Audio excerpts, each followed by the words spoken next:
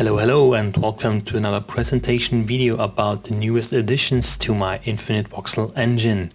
As you may see, if you know my prior video about the engine, you will immediately see some differences in the optics. Like I've added some sand blocks and we do have some stone, and I also added some other blocks for playing around too. And you may also notice that the trees now have a much better bark going on, and they also are now rendered with the deferred renderer, the primary shader I use for all this stuff. The water on it, the water is actually not in the primary shader, it's just for the rendering, so it doesn't look very good at the moment and doesn't work that well with lights and lighting. But for now, the trees, as you can see, they're now properly lit and lighted, and they look much better now. And another thing I've improved is actually the complete system of automata for the sunlight, which is now not even faster but even works better and doesn't have any flaws anymore. So as you can see, this works pretty well. And if we now make an test to build something like, I don't know, yeah, you see we have some blocks added, so we can play around. Let's do this and build some kind of house here, maybe a bunker. Maybe build a bunker. We're just building something so we can see how everything works out. No, I didn't want to do that. We just dig away something like this, so we do get a proper floor as well. Let's build the floor. Oh, wrong. So build the floor, and yeah. Oh, come on. That's wrong. We need the other thing. You come here. Here we go. That's what I wanted to do. Here we go. We need some more walls. Just make a bunker where we can put stuff. So how high? Yes, that's pretty enough. Let's put a roof on it, and if we now look inside, it's completely dark, and if we open it up to make a door, we got some light fall.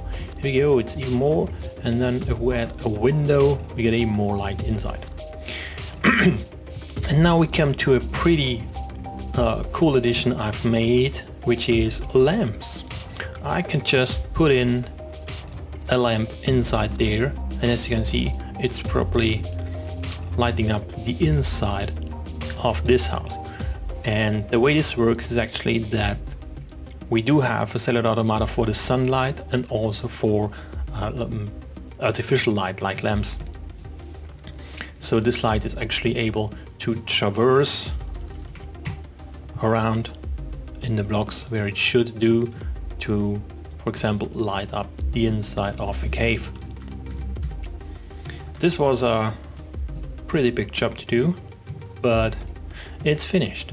So what we can also do is, for example, we can just lower the sunlight. Let's make it night. Here we go. It's now night. As you can see, we still have the light in the house. Nothing so special. We have some light in there. Something's wrong with this light, but maybe this is just a bug. And what we can do is actually put some lights out here to light up whatever we want, and having some fun with the exterior. We could even put some lights on the roof of our bunker like this, and as you can see, what you see here is actually the spreading of the light, because it just traverses around and there is light. I'm not sure if this is physically true or not, but I think it's worth the hassle, because I do have to work with the automata to make that happen. Anyway, another thing we see is, not yet, but we will see that we actually do have soft lights. So this is actually the lit blocks you see, but there's also soft light going on, which you may see when I place a light beside a tree. The tree got lit up, and that works pretty well as well. So we can just put some lights here and have trees properly lighted, like so. There you go. Let's put more lights, and as it makes no difference. I can put a thousand lights with no impact on the rendering. So as you can see, just a bunch of lights. This is all due to the deferred shader, which for the first time ever in this engine had some purpose. That's what it does. And if we turn on the daylight again, as you can see, everything's as usual, and the cave is still lit and the house is still lit, and that works pretty well. So I think that was worth the work. Another thing you may be interested in is actually watching the water simulation in action, and we can do this by just opening up a tunnel over here, and you can now see how the water simulation actually is working its way through. The yellow lines you see here is actually each block. Whenever a block changes its state or its value, you see that yellow line, and then you can see it stopped. It just find a stable state.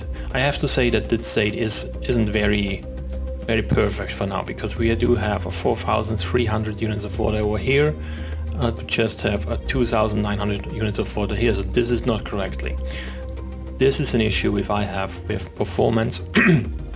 So I have to put some thresholds, and I'm not sure at the moment how to cope with that, or if it is even important. But if I'm not using that threshold, the whole automata is working for a very long time, as I may show you with this very big body of water. If I open up that gate, you can see the automated traversing, and if the threshold wasn't there, it would just traverse over the whole body for a very long time, and this will just kill the performance for no actual benefit, because when the threshold is big enough, water will flow.